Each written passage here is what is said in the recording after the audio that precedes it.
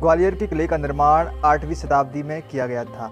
यह मध्यकालीन इतिहास में एक अद्भुत नमूने के रूप में प्रस्तुत किया गया है। लाल बलुआ पत्थर से निर्मित यह किला देश के सबसे महत्वपूर्ण स्थलों में से एक है, इसका भारतीय इतिहास में सबसे महत्वपूर्ण स्थान है। तो आज हम ग्वालियर के किले के बारे में संपूर्ण जानकारी साझा करेंगे। तो चलिए प्रारंभ करते हैं।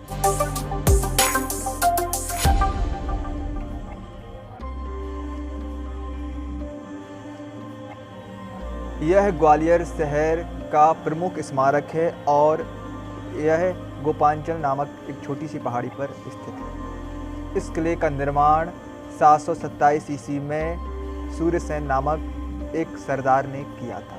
इस किले पर कई राजपूत राजाओं ने राज किया। इस किले पर प्रतिहार वंश ने शासन किया और 1023 ईस्वी में महमूद गजनी ने इस किले पर आक्रमण किया और उसे हार का सामना करना पड़ा।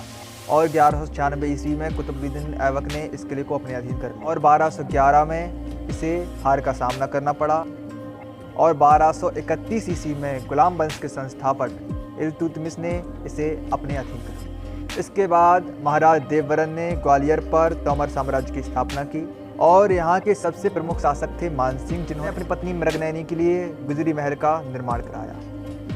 1398 से 1505 तक यहाँ पर तोमर वंश का शासन रहा। मानसिंह ने इस दौरान इब्राहिम लोधी की अधीनता को स्वीकार कर जब मानसिंह की मृत्यु हो गई तो उनके बेटे विक्रमादित्य को हुमायूं ने दिल्ली बुलाने के लिए आमंत्रित किया, लेकिन उन्होंने उनकी बात को अस्वीकार कर दिया। और इसके बाद बाबर ने ग्वालियर पर आक्रमण और ग्वालियर पर कब्जा कर लिया और इस पर राज किया। लेकिन शेर शाह सूरी ने हुमायूं को हराकर सूर्य वंश की नींव डाली। शेर शाह सूरी की मृत्यु के बाद 1540 में उनके बेटे इस्लाम ने दिल्ली से राजधानी परिवर्तन करके ग्वालियर को अपनी राजधानी बनाया।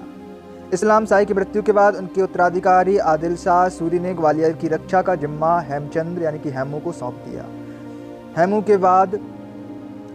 हेमू ने 1556 में हेमू ने पानीपत की दूसरी लड़ाई में आगरा और दिल्ली में अकबर को हराकर हिंदू राज की स्थापना की। इसके बाद हेमू ने अपनी राजधानी बदलकर दिल्ली को स्थानांतरित कर दिया और पुराना किला से राज करने लगा। इसके बाद अकबर ने ग्वालियर के किले पर आक्रमण कर इसे अपने कब्जे में लिया।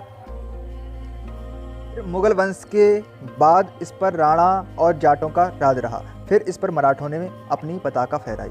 1736 में जाट राजा महाराजा भीम सिंह राणा ने इस पर अपना आधिपत्य जमाया और 1756 तक इसे अपने अधीन रखा। 1779 में सिंधिया कुल के मराठा क्षत्रप ने इसे जीता और किले में सेना तैनात कर दी, लेकिन इसे ईस्ट इंडिया कंपनी ने छीन लिया। फिर 1780 में इसका नियंत्रण गौड़ राजा छत्रक सिंह के पास गया, जिन्होंने मराठों से इसे छीना।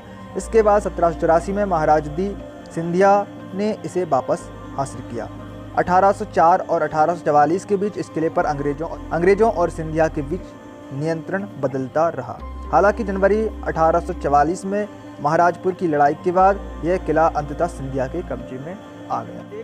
1 जून 1858 में झांसी की महारानी लक्ष्मीबाई ने मराठा विद्रोहियों के साथ मिलकर इस किले पर अपना कब्जा कर लिया, लेकिन इस जीत के जश्न में व्यस्त विद्रोहियों पर 16 जून को जनरल होज के नेतृत्व वाली ब्रिटिश सेना ने हमला कर दिया। रानी लक्ष्मीबाई खूब लड़ी और अंग्रेजों को किले पर कब्जा नहीं कर लिया। माना जाता है कि इस दौरान उन्हें गोली लग गई और अगले दिन यानी कि 17 जून को ही उनकी मृत्यु हो गई। भारतीय इतिहास में यह ग्वालियर की लड़ाई के नाम से वर्णित है। लक्ष्मीबाई की मृत्यु के बाद अंग्रेजों ने अगले 3 दिन में ही किले पर कब्जा कर लिया। 1857 के विद्रोह के दौरान इस किले ने एक महान युद्ध देखा। 1947 यानी कि जब तक देश को आज़ादी नहीं मिली तब तक सिंधिया राजवंशों ने इस किले पर शासन किया और कई स्मारकों का निर्माण भी कराया। 1 जून 1858 को महारानी लक्ष्मीबाई ने मराठों के साथ मिलकर ग्वालियर के किले पर अपना अधिकार कर लिया। तो आप सब जानते हैं कि ग्वालियर का इतिहास काफ़ी प्राचीन है। यहाँ पर कई राजवंशों ने अपने समय के अनुसार यहाँ पर शासन किया और इस पर अधिकार भी किया। तो अगर आपको हमारे द्वारा दी गई जानकारी अच्छी लगी हो तो हमारे वीडियो को ऐसे ही देखते रहिए।